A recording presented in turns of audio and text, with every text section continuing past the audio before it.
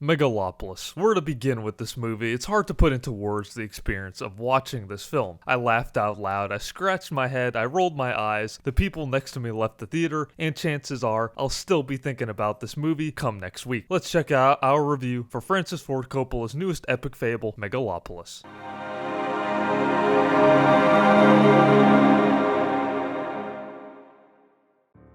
Before I saw this movie, I'd seen a video or promo about someone who had previewed it, saying that it was unlike anything they had ever seen before, and that it was the first of its kind. A movie that could never be replicated from the man behind iconic movies from the past. And with that statement, I can actually agree, but maybe not in the best way or the way you may be thinking. Francis Ford Coppola wrote, produced, and directed this movie after taking quite a long hiatus from the limelight. The genius mind behind The Godfather Part 1, 2, and 3, Apocalypse Now, Dracula, and so many other movies, he finally has returned with a new epic movie, one of a modern age and a vibe that he's never really tapped into until now. Megalopolis isn't nearly as long as his other movies and follows Cesar Catalina, played by Adam Driver, a brilliant artist in favor of a utopian future, and the greedy mayor, Franklyn Cicero, played by Giencardo Esposito, and between them is Julia Cicero, her loyalty divided between her father and her beloved. This is a general synopsis of the movie, but honestly there's a lot going on in here, and the plot is pretty convoluted, but we'll get to that a little later. So let's talk about the casting first. Boy oh boy is this a completely loaded cast from start to finish. Everyone was brought out for this one.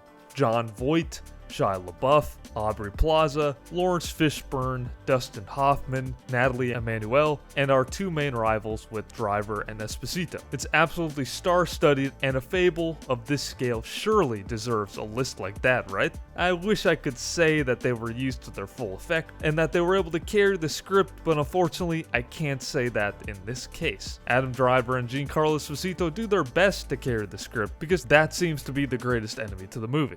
A lot of the scenes feel extremely awkward. I think that's the best word to describe this movie, and I swear to you, some of the scenes in this movie feel like bloopers between the cast. It feels odd. That's the best way I could describe it, and because of that fact, a lot of the performances are hidden by the weird dialogue and visuals of the movie. But with that being said, everyone is pretty decent in it, as much as they can be. A few highlights are Aubrey Plaza, which I was pleasantly surprised to see, as I thought she held it down well along with our leads, especially with her comedic background. Natalie Emmanuel also was a very good partner to Adam Driver. They had great chemistry and she was pretty good in the movie, even if her character was a little flat and underdeveloped. Going back to our leads, Adam Driver I think is a great actor, and in this role he brings a good camera presence as a mastermind philosopher type. He has good chemistry with the other actors, and on the other side of the coin, Giancarlo Esposito always holds it down, as he does in most things. They are good when playing off each other, but unfortunately, because of the movie's need and want to be at a massive scale, a lot of the characters aren't really fleshed out because of how much they try to cram in here. I felt like they started off with the seed of an idea, then added another piece, decided to scrap one, then add another one before realizing that they do have to go back and finish off the story somehow. It felt a little messy, and it made it a bit confusing. If they had just gotten rid of the fluff, this would have been a lot more impactful at the end of the day. While we're on the topic, let's talk about the fluff. One of the major gripes I had with this movie was a good handful of scenes felt like they didn't need to be in there at all. Typically, as a rule of thumb, everything on the screen should progress the story or the characters in one way or another. That's typically the rule for any script at all, and at least that's how the great films do it. I was surprised to see the amount of fluff from the director who crafted one of the best, most tightly made movies of all time, The Godfather. There are scenes in here where the characters are just talking amongst each other, and it feels like there's no rhyme or reason to it. There will be scenes where we'll briefly cut to three people talking before going on to the next scene. These little fluff parts, even between the main characters, do nothing for the story or the actors playing them. It makes the pacing of the movie feel a bit confusing and nonsensical at times. The overall vibe of the movie just feels really weird and almost improvised. It's almost like they had a general script and an idea and just had the actors ad-lib some of it. That's literally how some of the scenes feel. Because of this, it's hard to really care that much for the characters. On top of that, it's just a bit bloated. The story on paper isn't all that convoluted, but the movie is so frantic and it just feels so confusing and messy. It keeps cutting around to things happening and a little conversations and hallucinations, then back to more talking, and it just feels all over the place. At the end of the day, I really didn't care that much for the characters, even our main character, because of this.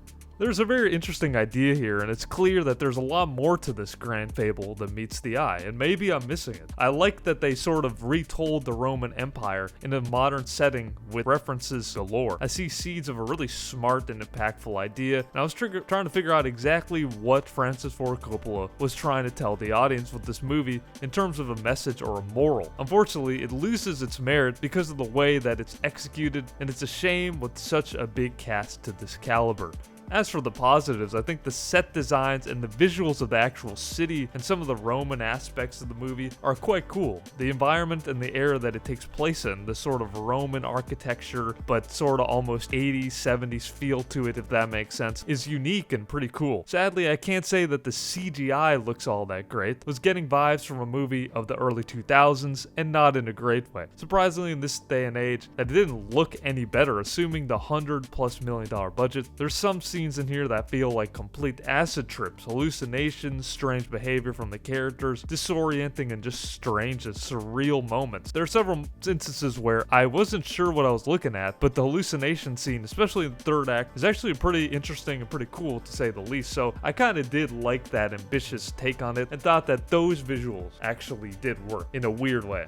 The third act of the movie feels a little rushed in my opinion. The movie feels like it was scrambling to tie up all the loose ends and end in some triumphant conclusion or climax. But by that point, I was just waiting for the story to wrap up and truly wasn't all that interested in the characters anymore. Its runtime is around 2 hours and 15 minutes, but it does feel like it drags its way across the finish line. It's hard to put a finger on this movie and describe it accurately because it's just so odd. It reminds me of an art project of some kind, an experimental art installation with a star-studded cast to back it up. When they said there's nothing quite like it, they were right, but I don't know if it's in the best way. I wanted to like it, and I'm a fan of Francis Ford Coppola's previous works. He's always been a very ambitious and visionary director with crazy ideas, but I don't know if I can follow him into the Megalopolis with this one. I may be missing something here, and after some analysis it may grow on me, but as of right now it's a disjointed and mediocre epic that leaves quite a bit to be desired. Performances are pretty good, but the story and execution just lack. With that being said, I'll probably be thinking about this movie after the fact because it's just so odd and unique, and it's really just gets a lot of points taken away because of the wasted opportunity and the potential that it could have had.